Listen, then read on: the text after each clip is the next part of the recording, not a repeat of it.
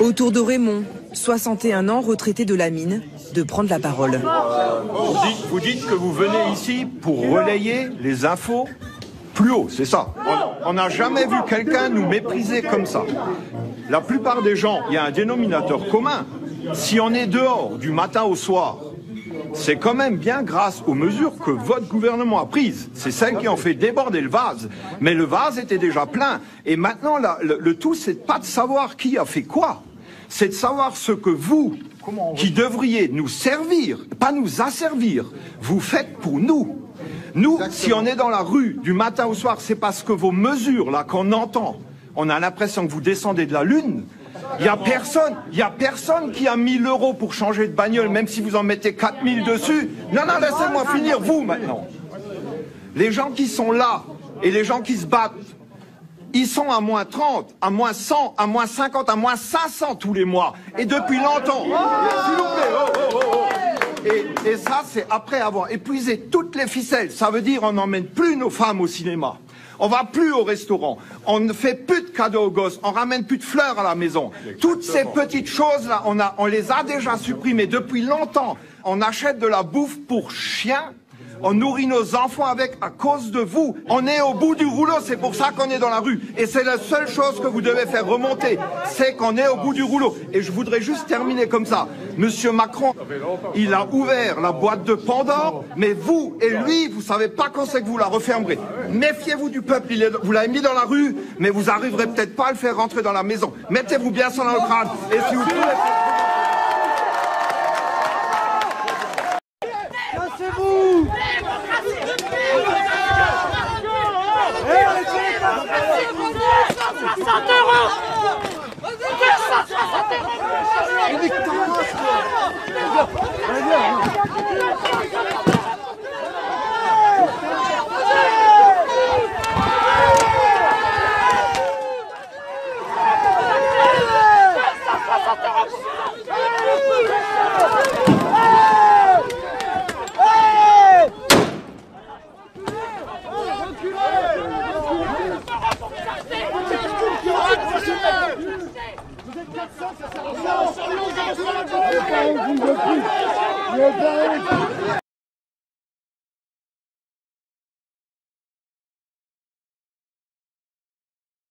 Qui ont défoncé la porte du ministère de Benjamin Griveaux, le porte-parole du gouvernement. Alors, visiblement, les images tardent à arriver. Voilà. Donc, ce sont des images qui ont été filmées par les caméras du ministère. Hein. Nous sommes devant un secrétariat d'État, donc forcément, il y a des caméras. Peut-être que s'ils avaient été des vrais professionnels de la casse, ils s'en seraient doutés. On voit qu'ils portent pour la plupart des gilets jaunes. Ils filment la scène, c'est assez détendu, ils parlent entre eux, ils rigolent. L'un d'eux va sonner à la porte du ministère pour que quelqu'un ouvre la porte. On voit qu'ils prennent pas la peine de dissimuler leur visage.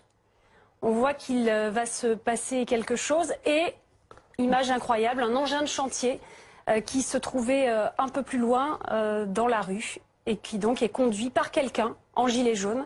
Et qui donc défonce la porte de ce ministère.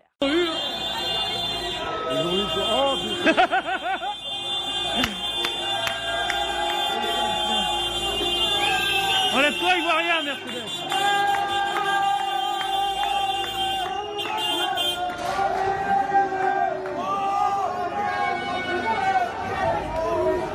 Oh, ils vont rentrer là. Oh les cons. Oh les cons.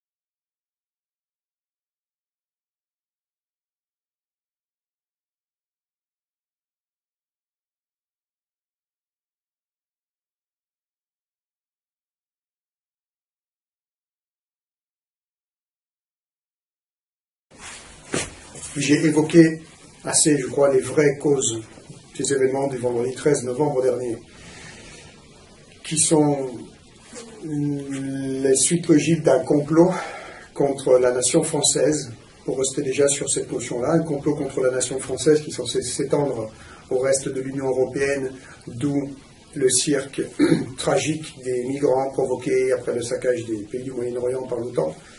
Et dans le cadre de ce complot-là, c'est bien une guerre de religion qui est prévue de mettre à feu et à sang la France. Une guerre, ça ne se fait pas avec un seul camp.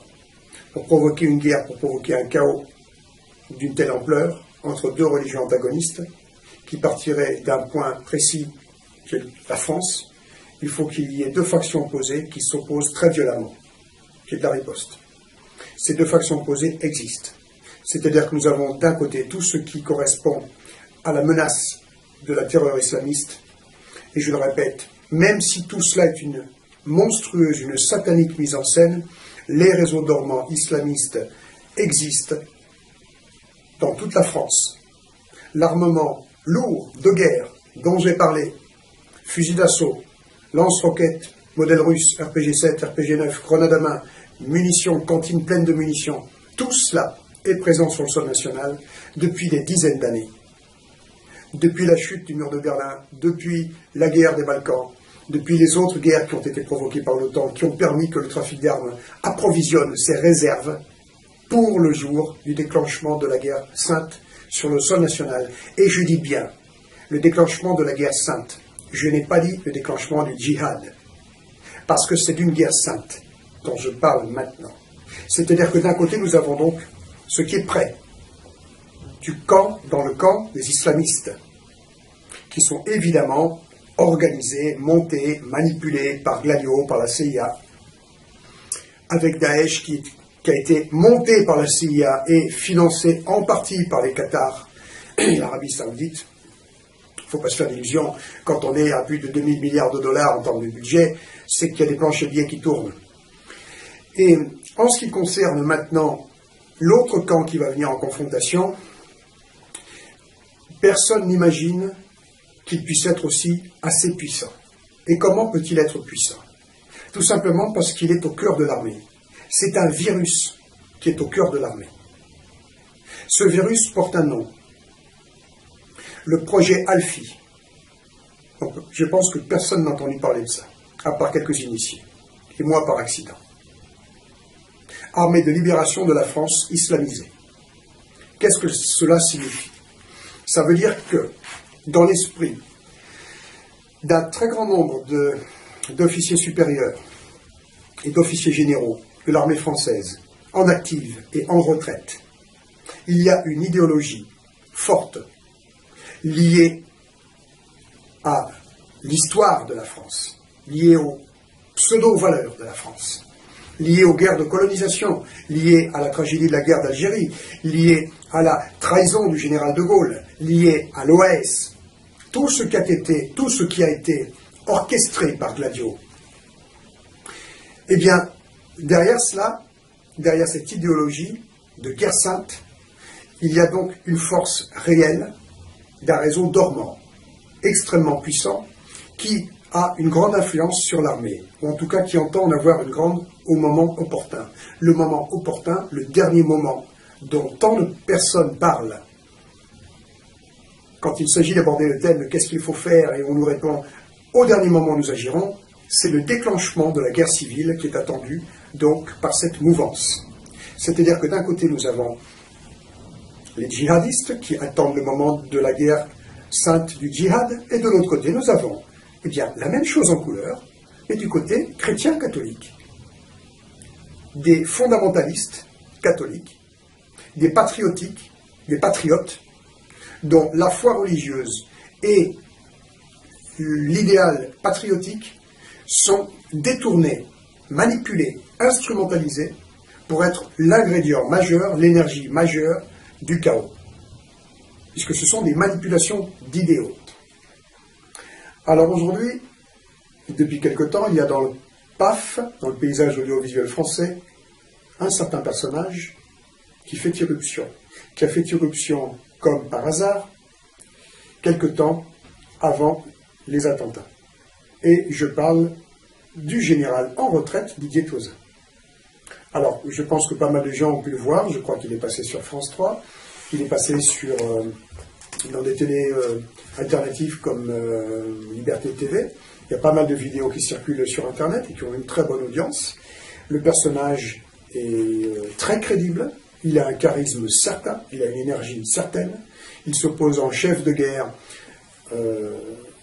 c'est-à-dire un rôle qui manifestement est prévu. Les rôles sont distribués, il y a des rôles qui doivent être pris et les personnages qui doivent prendre ces rôles sont déjà sélectionnés et ont déjà leur mission. Et je pense, j'espère sincèrement me tromper, je pense que mon ancien patron fait partie de ce jeu. Et je pense qu'il est manipulé dans cette mouvance, comme le sont, d'après moi, tous les officiers de tendance catholique intégriste, tous les fanatiques, par définition, sont manipulés. Et pourquoi je pense que lui représente cette autre partie de la menace qui vient piéger tous les citoyens français et les autres? Parce qu'il s'oppose en chef de guerre. Alors c'est très bien. Nous voyons un petit peu en détail les déclarations les plus fortes contre des rushs du général Tauzin, du général en retraite Didier Tauzin. Déjà, il faut préciser que le général Didier Tauzin a pris sa retraite il y a quelque temps. Pourquoi est-ce si important? Parce que si cet homme-là avait osé intervenir avant de prendre sa retraite, qu'il ait fait ce qu'il fallait, qu'il ait serré les dents, qu'il ait accepté toutes les compromissions que l'on peut accepter pour monter au rang d'officier général, qu'il ait serré les dents et les poings pour arriver à ce rang, pour se servir de ce rang et faire quelque chose, c'eût été admirable. Mais ça n'est pas ça dont il s'agit. Il s'agit d'un monsieur qui, tout compte fait, a fait une brillante carrière, certes très brillante, depuis les services secrets français jusqu'à être chef de corps du premier PIMA et finir général. Très très brillante carrière. Il a servi fidèlement, loyalement, tous les traîtres à la nation qui se sont succédés et qu'il dénonce aujourd'hui. Il y a quand même quelque chose qui ne va pas dans le discours. Je veux dire, le tout petit bonhomme que je suis, si on veut faire une comparaison, il a fichu sa carrière en l'air de gendarme par intégrité. Et dernièrement, on le voit dans ce qui s'est passé avec l'affaire Vincent en 2006, je suis allé jusqu'à flanquer ma vie sociale en l'air pour aider un gosse. Donc, c'est-à-dire que quand je parle de certaines choses, quand je parle d'idéal, quand je parle de valeurs, je peux regarder les gens en face. Parce que j'incarne ces valeurs. Parce que l'idéal que j'ai en tête, je le porte, je le pose par des actions. Je ne me compromets pas. Au contraire. Cela, ça a été toute ma vie. Donc, quand j'entends un général en retraite qui me dit un tel, en parlant des traîtres à la nation qui se sont succédés, en les pointant du doigt, en disant ils nous ont amenés au chaos, etc., etc. Oui, mais bon sang, déjà, à l'époque de François Mitterrand, moi jeune gendarme, je voyais très bien la posture. On a bien vu que les présidents successifs étaient en train de laisser la France se faire, pour employer les mots de ce milieu de catholiques, intégristes, d'officiers supérieurs et généraux de l'armée, en train de se faire coloniser.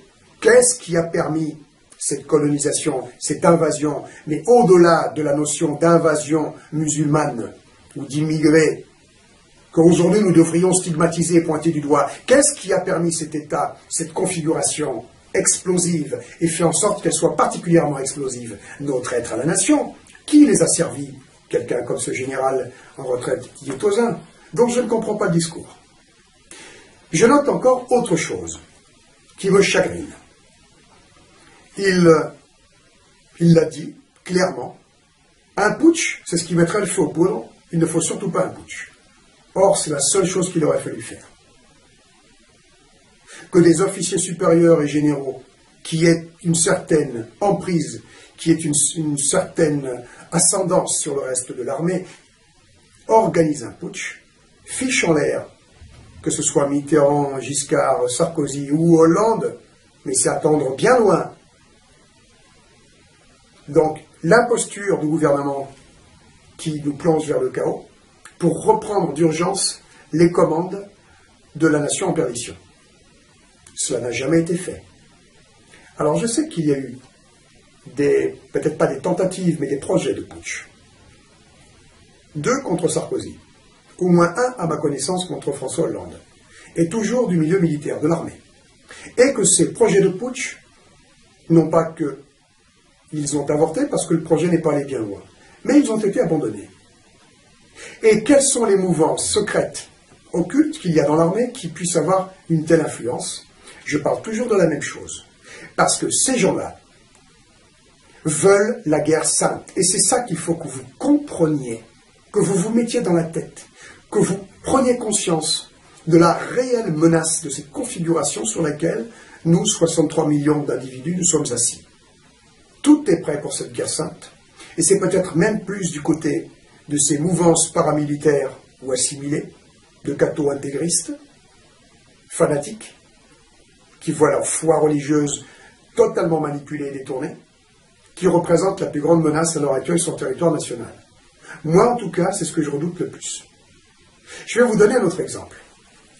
Quand je fréquentais, à une autre époque, certains milieux franc-maçonniques, parce que j'ai fréquenté les milieux franc-maçonniques aussi, non pas que je voulais y rentrer, tout simplement qu'à un certain moment, j'ai demandé de l'aide à un avocat qui se disait être un mangeur de franc-maçon, et qui en réalité était un franc-maçon, mais qui faisait partie de la loge opposée que celle qui m'avait fait des misères sur l'île de la Réunion, donc bien des années plus tard, quand j'étais chef d'entreprise dans la protection des biens et des personnes.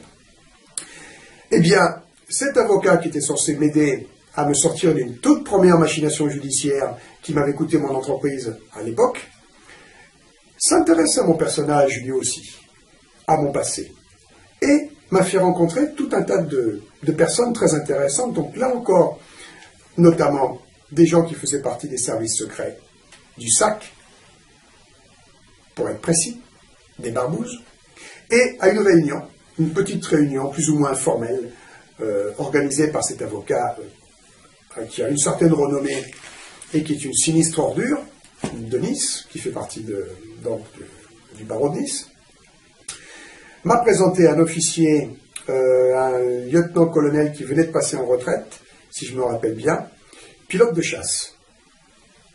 Et lui m'a carrément dit, quand la guerre civile éclatera, et elle éclatera, et nous espérons bien qu'elle éclatera, moi, en tant que réserviste, j'ai pris les devants, j'irai dégoter un Mirage 2000 armé, et j'irai larguer mes bombes sur les quartiers nord de Marseille. Ces gens-là ne sont pas des plaisantins.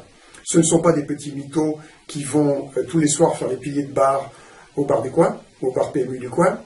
On parle d'officiers supérieurs, d'officiers généraux, de gens qui ont eu entre leurs mains des milliards de matériel sensible, qui savent s'en servir et qui sont déterminés à faire leur guerre sainte. Et ces gens-là, qui ont de tels moyens, qui ont un tel ascendant, qui ont un tel idéal, et qui sont bien au cœur aussi du problème, de la configuration que je vous décris, eh bien, pour eux, qu'il y ait des centaines de milliers, voire des millions de civils sacrifiés, eh bien c'est du dommage, c'est de l'ordre du dommage collatéral. Ils veulent le déclenchement de la guerre civile et sont-ils manipulés à ce point par le réseau Gladio pour participer à tout ce qui peut provoquer l'escalade.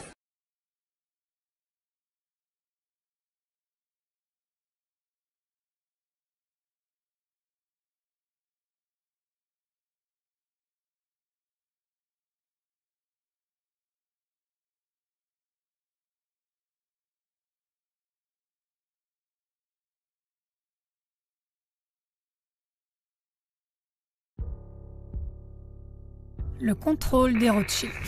Liste des banques détenues et contrôlées par les Rothschild.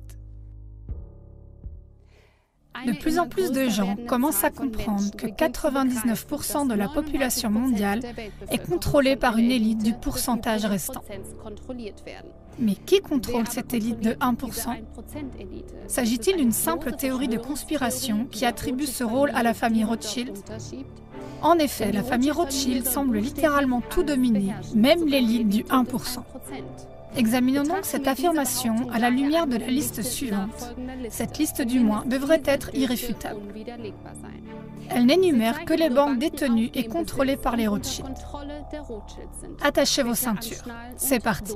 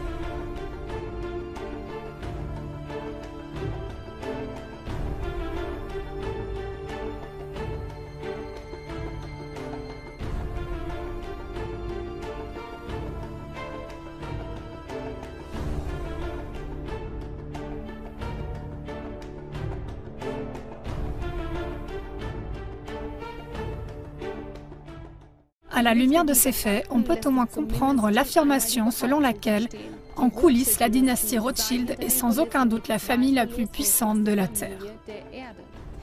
Leur richesse estimée s'élèverait à 500 billions de dollars. Aucun être humain ne peut rationnellement comprendre ce chiffre, car 1 billion est égal à 1 million de fois 1 million. 500 billions de dollars serait alors 500 millions de fois 1 million de dollars, donc un 5 avec 14 zéros. Bien évidemment, il est impossible de prouver de manière pertinente cette somme estimée. Avec des actifs de cette ampleur, ce patrimoine se comporte comme les bas-fonds de l'océan. Il est à la hausse et à la baisse à tout moment, dans des proportions incroyables.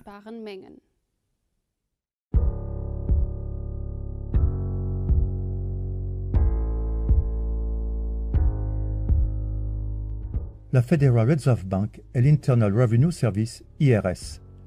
Le fait que la US Federal Reserve Bank soit dans des mains privées est pratiquement inconnu du grand public. De même, le grand public ignore que la Fed se trouve sur un terrain qui lui appartient et qu'elle est protégée par les lois américaines. Cette société privée imprime l'argent pour le gouvernement américain, qui lui verse des intérêts pour cette faveur. La Fed est à son tour contrôlée par les dynasties Rothschild, Rockefeller et Morgan. L'ensemble des États-Unis est donc endetté envers la Fed. En outre, la plupart des personnes vivant aux États-Unis n'ont aucune idée que l'Internal Revenue Service, IRS, est une autorité étrangère. Plus précisément, l'IRS est une société étrangère privée du Fonds monétaire international, FMI, et elle est l'armée privée de la Federal Reserve Bank, Fed. Son objectif principal est de garantir que les Américains payent leurs impôts et soient tous de bons petits esclaves. En 1835, le président américain Andrew Jackson a déclaré son mépris pour les banquiers internationaux. « Vous êtes une fosse pleine de serpents et de voleurs. J'ai décidé de vous exterminer. Par Dieu Tout-Puissant, je vais vous exterminer. » Si seulement les gens comprenaient l'injustice abominable de notre système monétaire et bancaire, nous aurions une révolution avant demain matin. Il s'en est suivi une tentative ratée d'attentat contre le président Jackson. Jackson avait dit à son vice-président, Martin Van Buren, « La banque, M. Van Buren, essaie de me tuer. » Ce sera le prélude d'une série d'intrigues qui marqueront la Maison-Blanche pendant encore des décennies. Les présidents américains Lincoln et John F. Kennedy ont tous deux été assassinés dans leur tentative de libérer le pays des banksters. Les mégabanques du monde. Il y a deux mégabanques qui offrent des prêts à tous les pays du monde. La Banque mondiale et le FMI. La première est détenue conjointement par les plus grandes familles de banquiers du monde, les Rothschild en tête, tandis que la seconde est entièrement détenue par les Rothschild.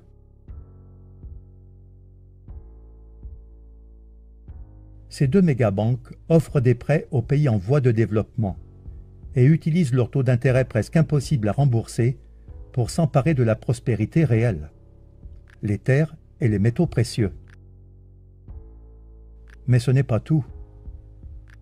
Une partie importante de leur plan est aussi d'exploiter les ressources naturelles d'un pays, comme le pétrole ou le gaz, avec l'aide des sociétés qui leur appartiennent en secret, de les raffiner et de les revendre au même pays, en générant d'énormes profits. Mais pour que ces entreprises puissent fonctionner de manière optimale, elles ont besoin d'une infrastructure solide, qui manque généralement dans les pays dits en développement. Ainsi, les banksters, qui offrent même des prêts presque impossibles à rembourser, s'assurent à l'avance que la majeure partie de l'argent soit investie, vous l'avez deviné, dans des infrastructures. Ces négociations sont menées par des tueurs économiques qui réussissent en payant à ceux qui peuvent vendre leurs terres une jolie rétribution, c'est-à-dire un pot de vin, ou sinon en les menaçant de mort. Pour plus d'informations à ce sujet, on peut lire le livre Bekenntnisse eines Ökonomie-Hitman, en français Les aveux d'un tueur économique. L'une des banques qui contrôle tout, la Banque des règlements internationaux, BRI, dont le siège est à Bâle, est manifestement contrôlée par les Rothschild, et son surnom est la Tour de Bâle. Le vrai pouvoir des Rothschild va bien au-delà de l'empire bancaire. Si vous n'avez pas encore été étonné par la puissance des Rothschild, et vous l'êtes certainement, veuillez noter qu'ils sont derrière toutes les guerres depuis Napoléon. C'est le cas depuis qu'ils ont découvert à quel point il est rentable de financer les deux parties d'une guerre. Et depuis lors, ils le font tout le temps.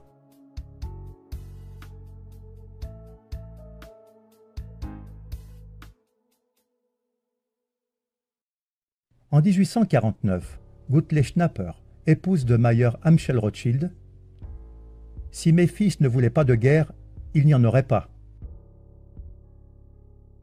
Le monde est donc en guerre parce que c'est très profitable pour les Rothschild et les banksters leur alliés parasites. Et tant que nous continuerons à utiliser leur argent, le monde ne vivra jamais en paix. Il est important de noter dans ce contexte qu'il s'agit d'une société secrète sectaire et non d'une conspiration juive, comme beaucoup le pensent et se laissent conduire à la discrimination raciale. Même si ces banksters se disent juifs, ils ne le sont pas. Car le vrai juif n'a pas le droit de revendiquer des intérêts, selon Genèse 25, verset 37. Tu ne lui donneras pas ton argent contre des intérêts, et tu ne lui donneras pas ta nourriture contre un supplément. Il est choquant pour beaucoup de découvrir que les États-Unis d'Amérique sont une société dominée par des étrangers. Son nom d'origine était Virginia Company et elle appartenait à la couronne britannique. Cependant, il ne faut pas confondre la couronne britannique avec la reine, qui n'a en grande partie que des pouvoirs cérémoniels. La couronne britannique a transféré la société au Vatican, qui lui a restitué les droits d'exploitation. Les présidents américains sont devenus directeurs généraux et leur rôle est de collecter des fonds pour la couronne britannique et le Vatican, qui perçoivent leur part des bénéfices chaque année. La couronne britannique gouverne secrètement le monde à partir d'un État indépendant et souverain de 2,9 km², connu sous le nom de City of London. Cette autre couronne est constituée d'un comité de 12 banques dirigées par la Banque d'Angleterre. Devinez qui contrôle la Banque d'Angleterre? Oui, exact, les Rothschild. En 1815, Nathan Mayer Rothschild fit la déclaration suivante. Je ne me préoccupe pas de savoir quelle marionnette est placée sur le trône d'Angleterre, le royaume où le soleil ne se couche jamais. L'homme qui contrôle la masse monétaire britannique contrôle l'Empire britannique. Et je contrôle la masse monétaire britannique. Ce n'est donc pas une simple théorie de conspiration, mais la maison Rothschild se trouve en fait au sommet de la pyramide du pouvoir. Si l'on fait des recherches approfondies, on découvre qu'ils sont le cerveau du nouvel ordre mondial et qu'ils dominent complètement d'un agenda mondial. Ils sont derrière l'Union européenne et l'euro, et ils sont derrière l'idée de l'Union nord-américaine et de la monnaie améro. Ils contrôlent tous les services secrets du monde et leur armée privée est l'OTAN.